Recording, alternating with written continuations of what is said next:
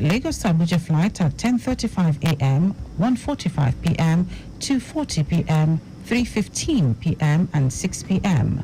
While Lagos to Benin is at 12 noon and Lagos to Kano is at 2:40 p.m. That is flash schedule on Lagos Traffic Radio 96.1 FM.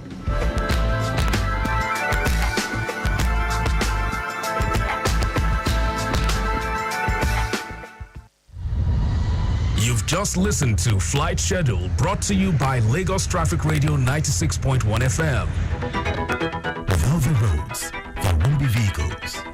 Without the roads, there won't be the streetlights. Without the roads, there won't be the need for traffic lights. Without the roads, there won't be any need for the national officials. Without you, there won't be the roads. Without you, there won't be us. Therefore, observe the rules of driving.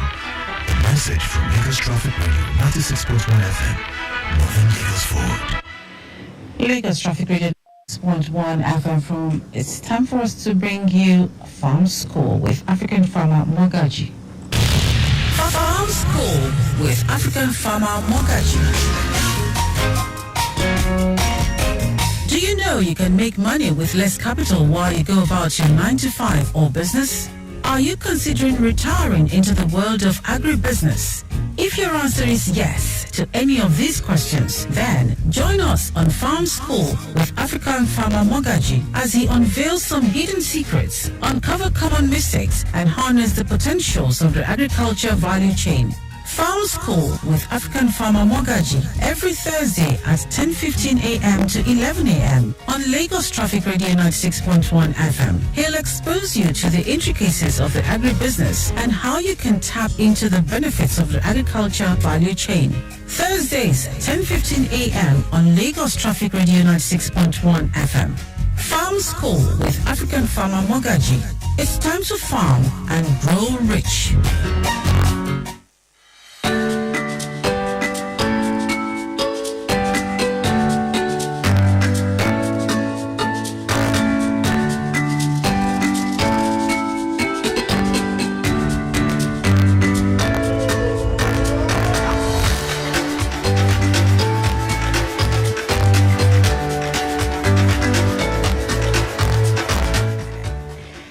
It's still Lagos Traffic Radio 96.1 FM.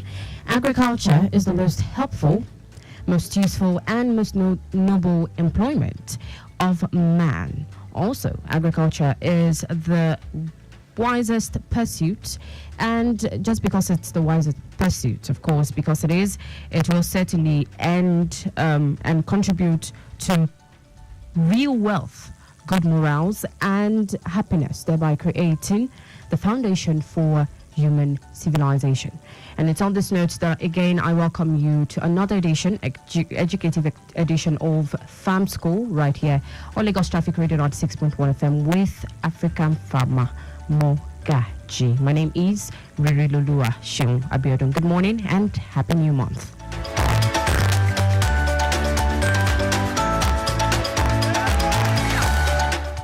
All right, so we are still on the topic, of course, which we started, during our first median edition.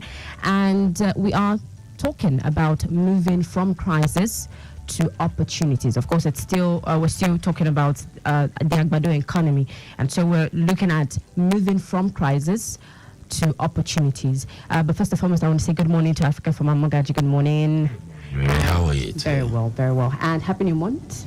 It's a new month. I'm not sure it's happy for me. Okay. But it's a new month. Yes, it is. It's a new month. But may I ask why? Why? I just couldn't sleep yesterday. I watched the news a bit, and talking about the price of food, food inflation.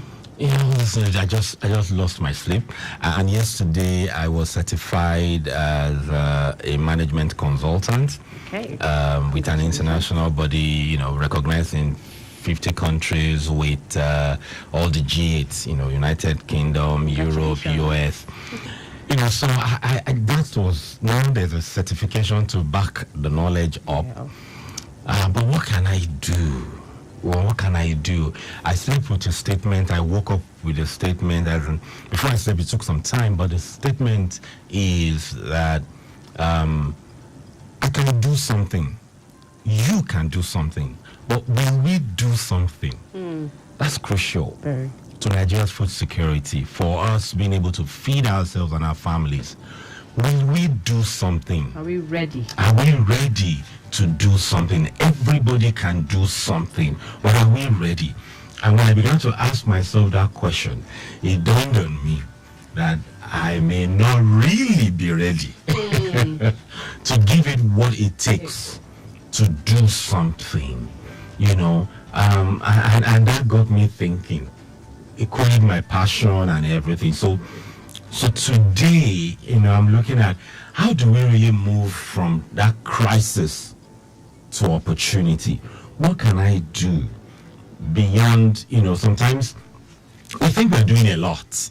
You think you're passionate, but you know along the line you just have this thing open up to you, and you know you're doing like 10% of the 100% you can do. And it just dawned on me that I can do more. I was rather not ready to take on this, maybe on a national level, down all consequences responsibly, which means take the focus off you. Yeah. Or your expertise or what you like, and focus on the country, really, and say, how can we do this even if they're not going to pay me? That is damning the consequences. To say, what if nobody pays you? Will you still go ahead You go with all this? in. Yes. What if the people you think will listen and embrace don't embrace? Will you still go all in? Because all of us are called for a time like this. A lady passed on 2 Sundays ago. We're in church together. You know, we spoke briefly, and Saturday, before last week, I was supposed to see her in church on Sunday again and have a conversation. And on Saturday night, in the evening, I got a call that she's gone. She was not sick. She just went to the restroom. You know, so it just dawned on me that, what if it was me? What if it was me? There's so much. So it's not a function of how much you will make now. It's not a function of your passion. It's a function of impact. You know, and this lady impacted me so much. I'm older than her, but she impacted me so much. I had like 2 hours we had in November, and it changed a lot of dynamics for me. And so I'm like, okay, how can I multiply myself? So today, I really want to dive in. How do we move from crisis to opportunity? And we would open up the lines early. And one of the things, you know, when the caller last week spoke about the 100 tons of starch, I did the calculation. I have the farm land, irrigation, to produce the corn that will supply him. And it's even no stress to me. How much more the lands that I have in access to. So it began to challenge me, can I run this thing with a patriotic mind rather than narrowly a business thing? You know, so I began to look at how do we raise this funding? And I understand funding. You know, to put it in perspective, I've lost huge monies. I'm not talking about 10 million, 20, 30, 40, 50. I've lost good money. And I've made a lot of money also. Okay? And I've lost my money and I've lost people's money before. And I know it's not funny when policies don't aid for you to go back, especially the X-Men issue when it was really huge. And I was privileged to sleep in a few police custody, security agencies custody. I was privileged. I use the word privilege because it recalibrated my mind. I met people there that gave me business sense. I left there a knowledgeable person, you know, and I left there with impact. But most importantly, I met God also inside, you know, because I always remember a policeman came to me and said, "You, when did you come?" I said, "About 10 minutes ago, about 30 minutes ago." And he said, "You look like a Jonah." I said, "It was a 2-star." He said, Jonah. I said, I'm not just on my name. And I saw like two things flash in my mind, my subconscious, of when I had a dream, and in the dream I was told to focus on the youths, and I was also told to focus on people coming out of correctional homes and prisons to reintegrate them into agriculture. And I was saying, they've done something wrong, that's why they are in custody. And I heard the question clearly, what have you done to be here? And I told the man, I said, I'm a Jonah. Indeed. Because there is an expectation for me to reach out beyond the money business sense that I'm used to. To empower people. Yeah. So I understand it. Investors are patient. Okay, if you communicate with them. At the same time, when they get to the threshold, it goes into another level. But what I'm saying is, how can we unlock funding? And something's just boom, like a light bulb thing. It just dawned on me that there are a lot of funding currently trapped or underutilized within the system. There's a lot of funding on Islamic banking, Islamic funding. A lot of those funds are available. And, for the Islamic funding concept is they don't take profit. Okay? You share. And so what do we really need to do to unlock the Islamic funding available such that that funding is released and is also sustainable? What do we also do to migrate the Christian bodies who have also what I call patient funding, who have funding meant for projects for 5 years, for 10 years? How do we get them also to run pilots? We're not saying invest blindly. Run pilots. How do we help them so that they are comfortable to fund? I would say this, if the missionaries were to come to Nigeria, like they did in years before, that they brought education and health, they will be bringing knowledge of food production. So, and when we read the scriptures, the Bible now, Jesus multiplied fish and bread. That's food for the people. He said they are hungry and he's compassionate and cool. How do we get the religious bodies, both Christians and Muslims, to unlock the fundings within them to run pilots such that we stop pointing the finger to government, forgetting that the 4 other fingers are coming to us? We can do something. Let's do something to show government, and government with limited resources, to say, okay, we will provide this if you are willing to fund, or you are willing to put your support. I know a lot of Anglicans, Baptists, they all have massive lands and they all have budgets. So how can we begin to do that and understand that we are the government? That is something that I now said, okay, this certification should not go to waste. We've been doing it, but now, Nigeria, we have certificates. Nobody listens to you. How do we do that? So I just want, if you have an idea or you work in that sector and you can help us say, if you do 1, 2, 3, they may be comfortable to unlock. So what I'm asking today is, if we bring our NGO platform to say we will provide this service, how can we help you to carry out pilots? That is something that's burning my heart. The car battery,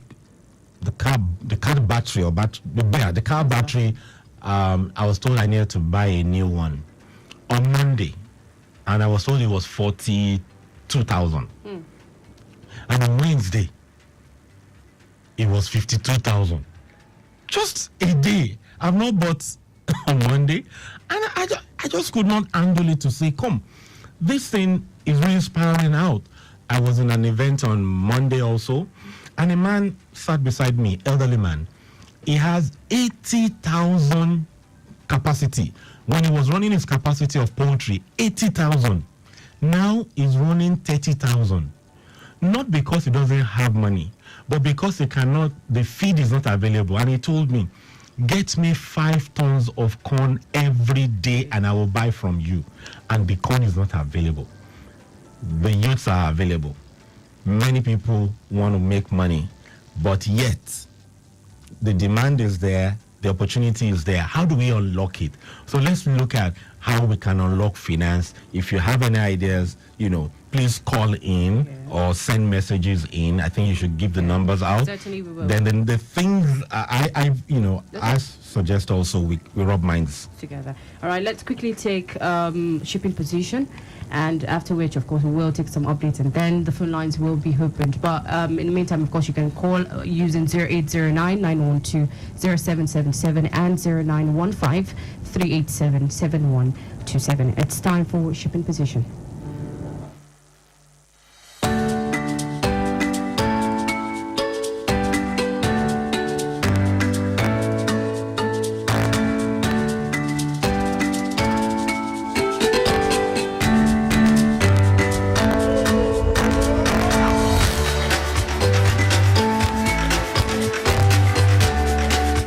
This is Shipping Position, brought to you by Lagos Traffic Radio 96.1 FM.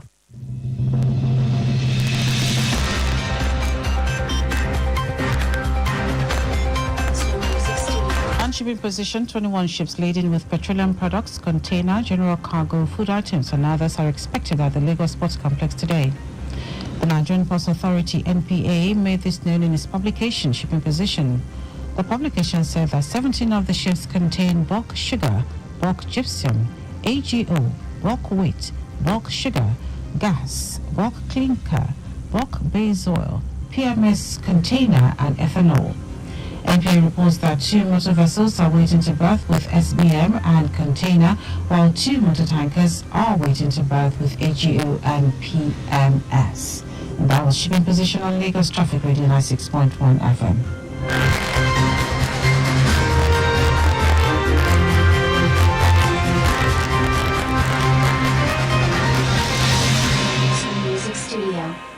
You've just listened to Shipping Position, brought to you by Lagos Traffic Radio 96.1 FM.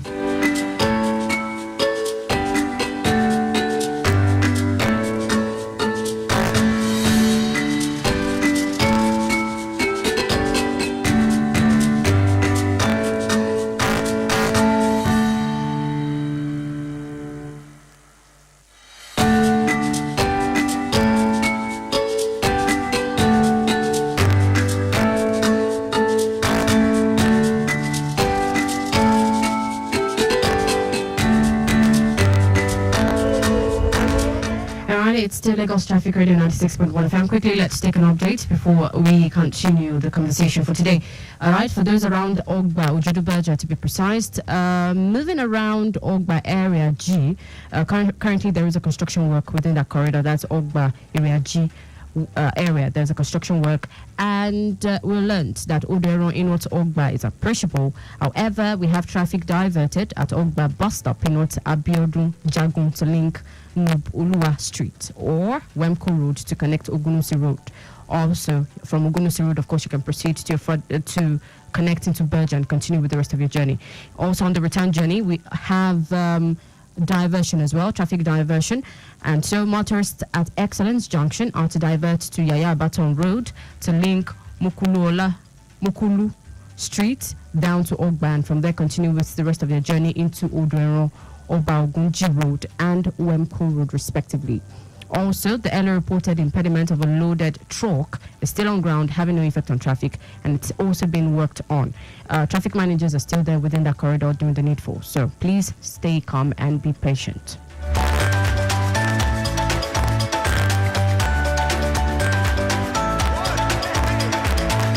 All right, then it's still, of course, Farm School with African farmer Mogaji, and we are still talking about Agbado economy that is moving from crisis into opportunities, and we're talking about funding, which is crucial before you can even tap into the opportunities. So now I want you to elaborate more on how these bodies, religious bodies can help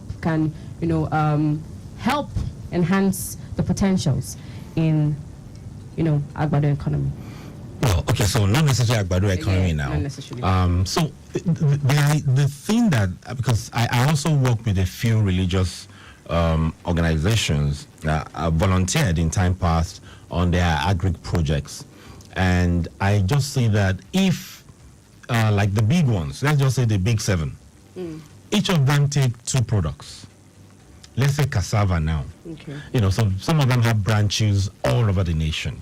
So if they pick cassava, they already have the systems, the network, in those locations, and can pick two major staples. If they pick 2 major staples and they work with some external, because what I've seen over time with the 4 I volunteered in is because they look inward only, our members only, but the members don't have the knowledge. So that affects, most of the project, or it affected and it still affects. So if we just look at it from get experts who know and can work with, them, picking one, focus is crucial.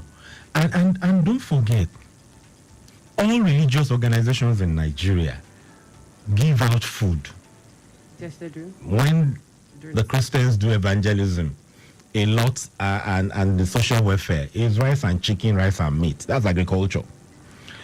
When every Friday, because there was a mosque growing in our house, around our house, and we must listen. My dad made sure we listened every morning to the Alpha, and he would ask us, what did we learn? With the speaker.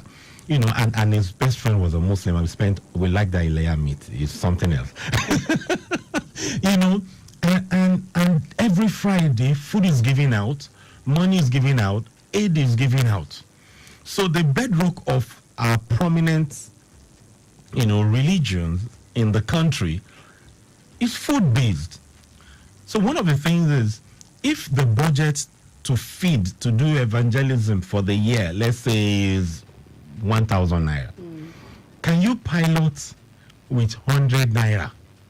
Because you've planned to spend the money anyway. Yes, okay. So can you pilot with 100 naira such that something is produced within 3 months? So the money you would be using for pilots in like October, if you use, the money you use to buy food that you give out in October, can you take 100 naira that's already budgeted and try and grow maybe corn, maybe tomatoes on a pilot and see that it works? Because around December, every religious organization gives out when they give in mode. Then, so can we just be proactive and practical about this, and vice versa? I know, in some financial institutions, they don't call it Islamic banking; they call it alternative finance. Okay. Either Islamic banking or alternative finance. So the principles that they're using, can we leverage together? That is crucial. So we need to pick a product, each need to focus. And when they focus, we can now cascade it down. And so when we are cascading down, we're not looking at, just produce tomato. No, produce and process tomato. Or produce, or even buy up and sell cheaper. Buy cheaper and sell cheaper to, even if it's just the members of your congregation and the people around. It's still a platform, because people, if they go to like Lagos now, buy from Mile 12, logistics. So can we do something around that? Can we have different regions, different areas, focus on different things? Can we even have without mentioning various brands, can we have tomatoes wasting in Gombe? Okay, can we have the churches in Gombe send it to Southwest office or zone and take something here? Can we begin to do trade by barter? These are practical things. Tomatoes will waste in the north, onions will waste in the north very soon, peppers will begin to waste this new month, and it's still expensive here. So can we have within the same church organization, within the same brands. Can we have them begin to trade? Everything is not government now. We can do something, and we should do something.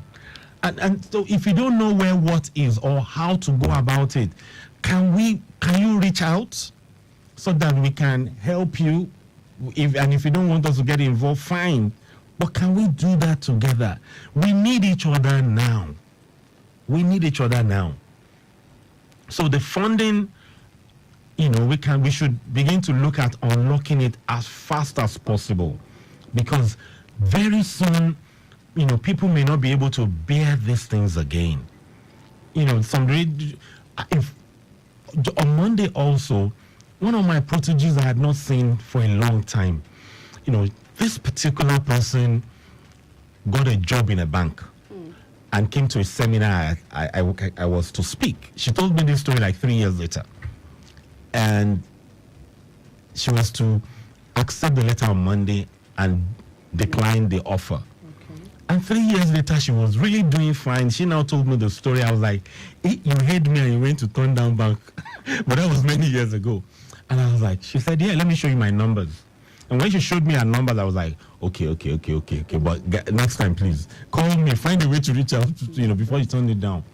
But right now, after pandemic, she had issues. She was, using a major bank facility, and the insecurity caught up with her, and also she's having a family issue, and now she's in a psychiatric home. Wow. As in since Monday, I've not just. How can somebody do it so well? And many people don't understand that farmers are going through. So if you're a psychologist, you have a business, this is the time to reach out to the agricultural sector. Because a lot of trauma that has gone in, that has happened, that people don't have people to talk to. So if you have a counseling business, that's why I say agribusiness, the agri sector can take everybody. People need someone to talk to. So I told them, they're still trying to look for the number of the lady for me. I want to talk to her. I want to go and meet her wherever she is. I know seeing me will bring much inspiration, and we can support. So we can all do something. Will we do something? Let's stop government. Every time you hear bad news or seemingly bad news or the situation reports, what can you do? What can you influence in your organizations? Organizations that have CSR budgets, their staffs do it. Productivity is low. Can we unlock these things in value chains that can come back? These are real conversations that we need to begin to have. Beyond, without saying, do tomato, do pepper, do goat, do sheep. There are so many things we can do, and we can cascade down that in seminars and in programs. But right now, we need to stand for this nation. I am passionate about this nation. We need to stand for this nation. We need to stand for ourselves and be able to fix this. But it's not government that will fix it. Government will aid, but we have to fix it. We have to be ready, and the government presents a platform. All right, it's still Lagos Traffic Radio 96.1 FM, and the program you're still on to is Farm School with African farmer Mogaji. Now, I want to open the phone lines to listeners out there. First and foremost, like African farmer Mogaji said, it boils down to us. The government can't do everything. They're doing their part, but we also have a major part to play. And so the question for today, or the answers I will need you to respond to while calling into the show this morning is, what ways are you willing to unlock the opportunities in the agro business? Okay, these are the questions that we want you to proffer, to answer. So yes, you can reach us. You can call in now to, lend your voice into this conversation by using 0809-9120777. Hello. Hello.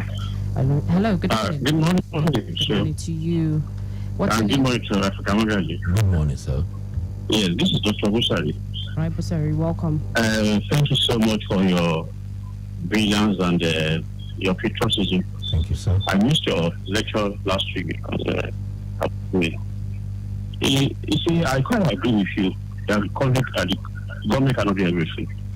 That we as citizens of the country, definitely we must do something. But at the same time, government has a lot to do. I'm a farmer and I'm into fisheries.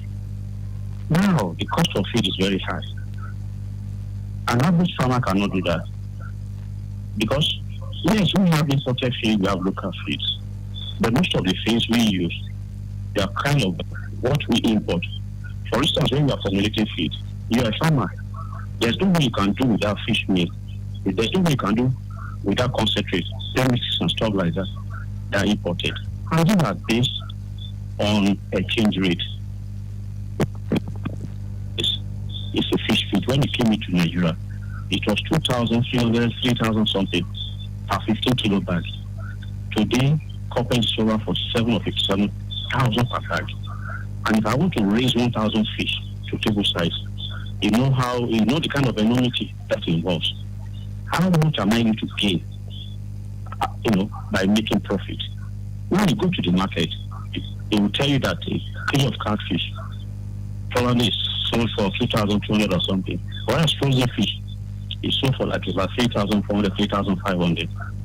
So what I'm saying is, if I want to formulate my feed, I have that technology to formulate my feed. The cost of fish meal is very high, particularly the one we call it British fish meal. It's very high. All this, we built into my cost of production. I'm a farmer. I don't have any other job to do than farming. But my problem is on feed. And government, it's not the state government that can do it, but federal government that can do this. Because like I said, they are based on importation and based on exchange rate. Thank you very much. All right. Thank you, Doctor. So, for me, these are current challenges at hand. 6 months from now, if we don't solve this, we get fish meal. Is there an initial 100,000 fingerlings that will pour into our waters or the developmental partners so we'll be able to do it? Do we need to, can we set a 6-month agenda that 6 months from now, we will not have this? We will reduce this. And the moment we set the target, I've done quite a number of this, then the ideas begin to flow. Then if we back it up with action, we're able to fix it. Right now, we can't fix it. But 6 months from now, we can fix it. We need to just leverage. There are other things we have that we've not discovered. Are there other crops that have, like, let me say this, I'll just put it out, can quality protein maize, because now is national. Quality protein maize, please go and Google it. It's high in lysine and tryptophan, 2 essential amino acids, and also higher in protein. Now, when you use that for livestock, anything that you get meat from, if you use it early enough, you would attain 2 weeks faster than the market size. That 2 weeks has cut off feeding. It has made you more, because right now, if we don't have the feeds, we have to improvise. So the quality protein maize is something we need to promote. It's available in the country, internationally accepted. What I've just said, if you Google it, you'll find it. People have defended it, and it works. So if we cut the cost of feeding by 2 weeks, and it attains the same weight, that's profitability. So let's look at the problems and let's look at what we can do. What we can do is the feed. How can we get it lower? How can we get corn? Now, some people, they feel government just released, this is a very sensitive conversation now. Government just released some maize, GMO. Aren't well trained in GMO. So, and I always ask a question. People who cannot eat, who there's no food, will they prefer to eat GMO? And you say it's GMO. Would they, decide to starve than to eat the corn and stay alive, for another 1 week? So when we talk development is coming or has come. We also need to be flexible. I've said this for many years, since 2014, that I've been exposed to GMOs and co. And I've been asking the question, if there's a seed that, so by the way, just me also put it out, I'm not for, nor against GMOs. I'm neutral.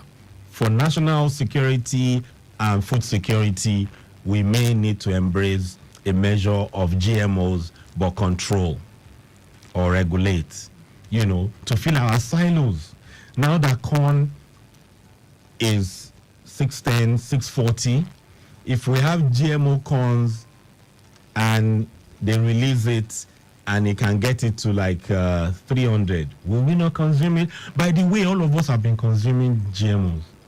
Every poultry imported into this country, frozen food, frozen chicken, is GMO corn from Brazil, Argentina, and co. So let us not deceive ourselves. We need to first live.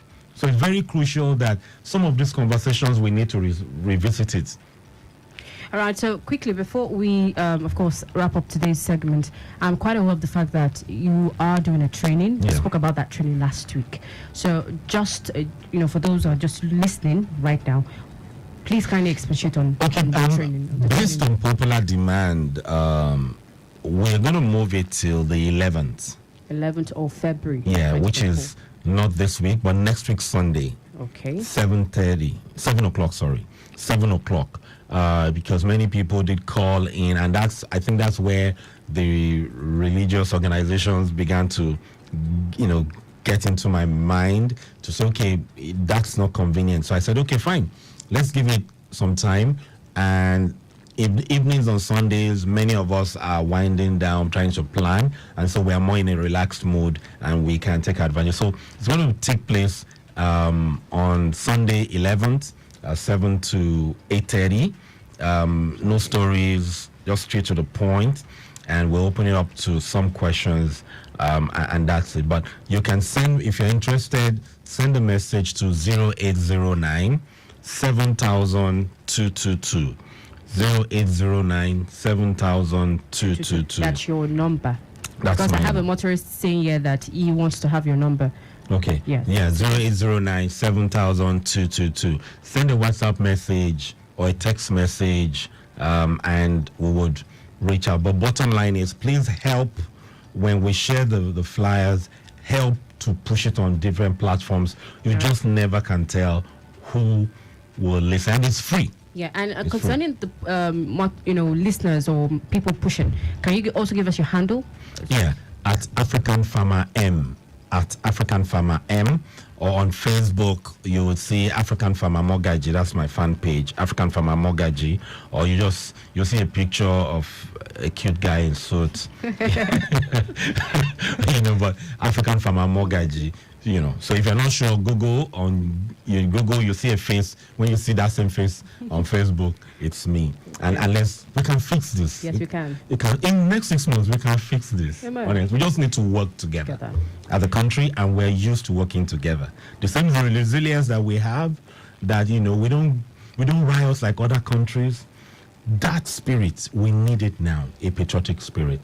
All right, and so we've come to the end of today's edition, but of course, catch us again next week, same station, of course, at 10:15 a.m. to 11 a.m. on Thursdays, every Thursdays, and of course, I'm certain that you will be educated and informed. Most importantly, you will take actions. All right. So I want to say a big ups to, of course, my producer Bamdele Agadamo. Thank you very much, and of course to our DDP, that's the Deputy Director of Programs Department, Victor Terry. Thank you very much, and of course to our very own General Manager, who's the Executive Producer, Tayo Akonli. Thank you very much as well. All right, catch you again next week, same station. My name is Riri Loluwa Shenwa Biodo.